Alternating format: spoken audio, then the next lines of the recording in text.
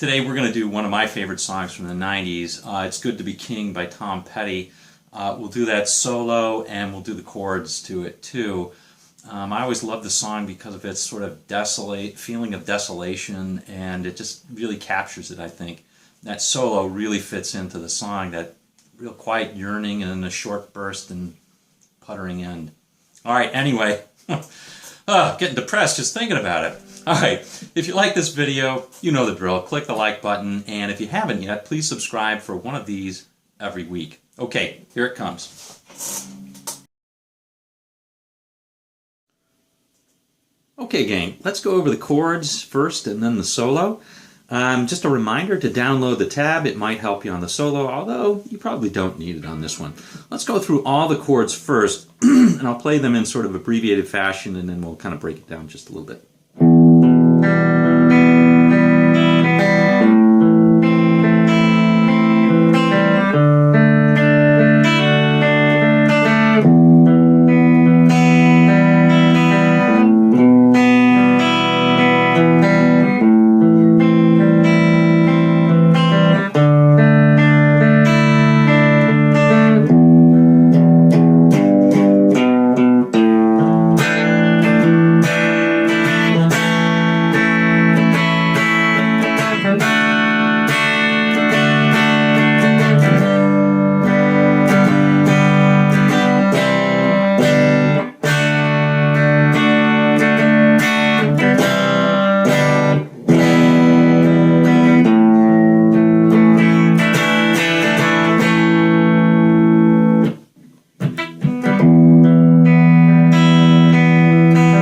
Etc. All right, so that first part is an E minor to A minor to D major back to E minor. You do that twice. Now, just a couple of notes on this one.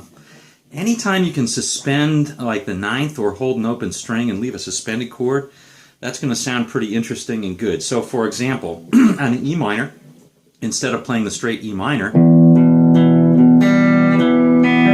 might want to put a ninth extension by playing, instead of the second fret, I'm sorry, the fourth string second fret, you play the fourth string fourth fret, like so. Sort of a ninth chord, E minor ninth chord. Same with the with the A minor. You could easily play an E minor seventh by lifting up on the third fret, right? Sorry, on the third string. Instead of playing the second fret, you just leave it open. Or you can play the ninth version of that by instead of playing on the second fret, you play on the fourth.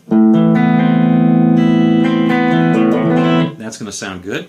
And then finally, on the D major,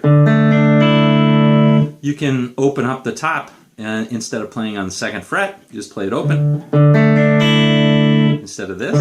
Or of course, you can always suspend by playing on the third. And all that's going to sound good. Okay, the middle part then is an A suspended, an A sus to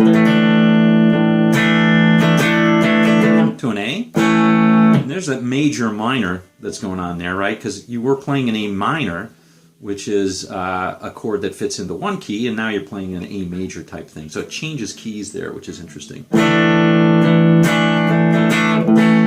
A major to a D major to a G. C. Walk down to that B, G with a B flat and with a B in the bass, to a D, and then do it again. But instead of the D, now you're playing E minor. A. And that's just that suspension and back. Okay. Now for the solo. Very cool solo from Mike Campbell. I think it's Mike Campbell anyway.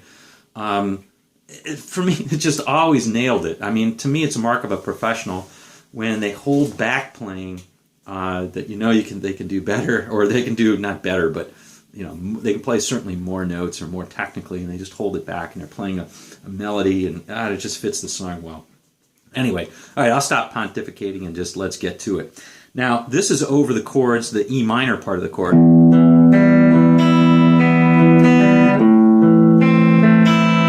And E and A minor and D.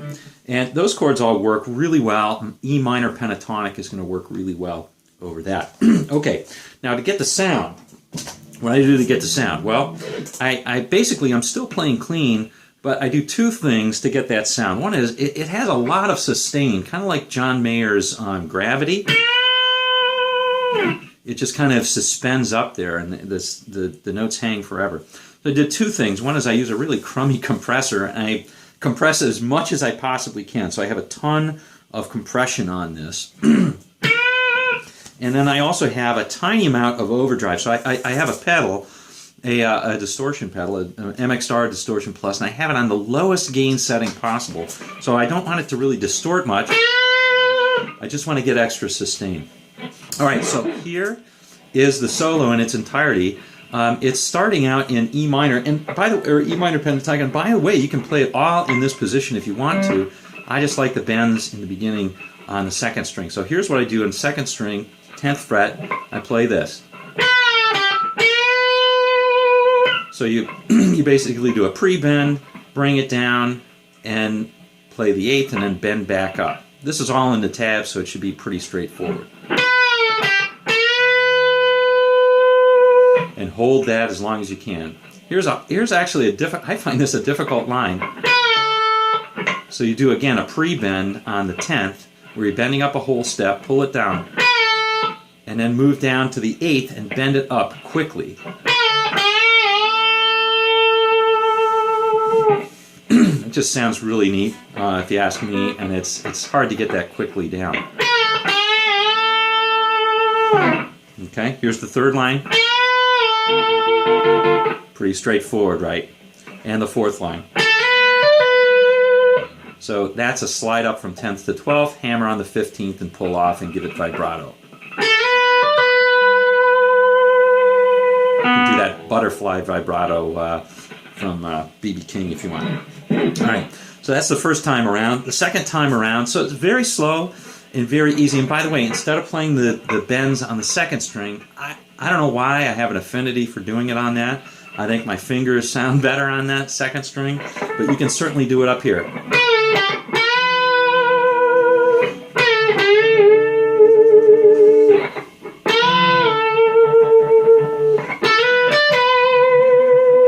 If you want to transpose it all up to there, great, more power to you. Whatever your fingers do best, that's what you should do. This is my solution to it, and it should help you. But if it's not working for you and you want to just do it all in here, more power to you, man. That's what it's all about. All right, here's the second part. Oops, I'm sorry. Let's play it again.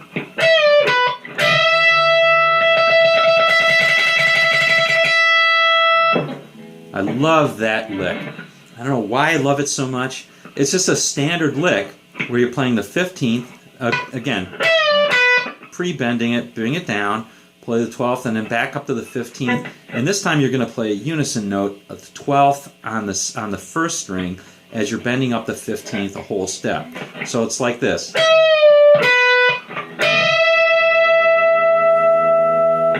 Okay? And what he does on the record, and this is really hard to emulate, is he just kind of slowly builds up to a tremolo pick. And it really has a tremendous effect. I don't think I hear too many people doing that, but it really works in this song.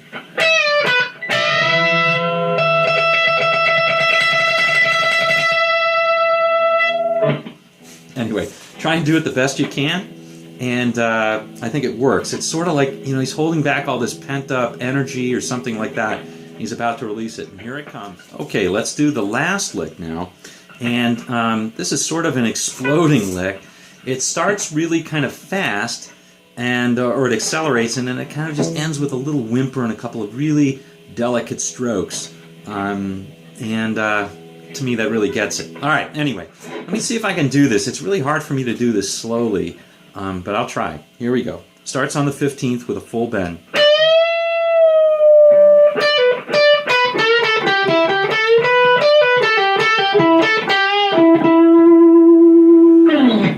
Okay. Well, that was it. I think I got it right. So, or at least as far as my ears hear it. So I bend up on the 15th and then pull it down, or let it come down. And then I'm playing 15, pull off to 12, and then 15 and play the 15 and play the 12th, picking both, and then play this right here. But you got to play it kind of delicately. And then we play this lick, which is kind of Chuck Berry lick. So you're playing the 14th, bend it up a full step. Play the 12-12 on the second and first strings. So you're playing the 14th on the third, bend it up a whole step, then 12-12. 15 on the second, 12 on the second. On the third, you're going to play 14-12, 14-12. Then 14th on the fourth, 14th on the third, 12th on the third, and 2 more 14ths. And just kind of stroke those gently. And that's it. So it's, again, kind of like this. Let me see if I can get it again.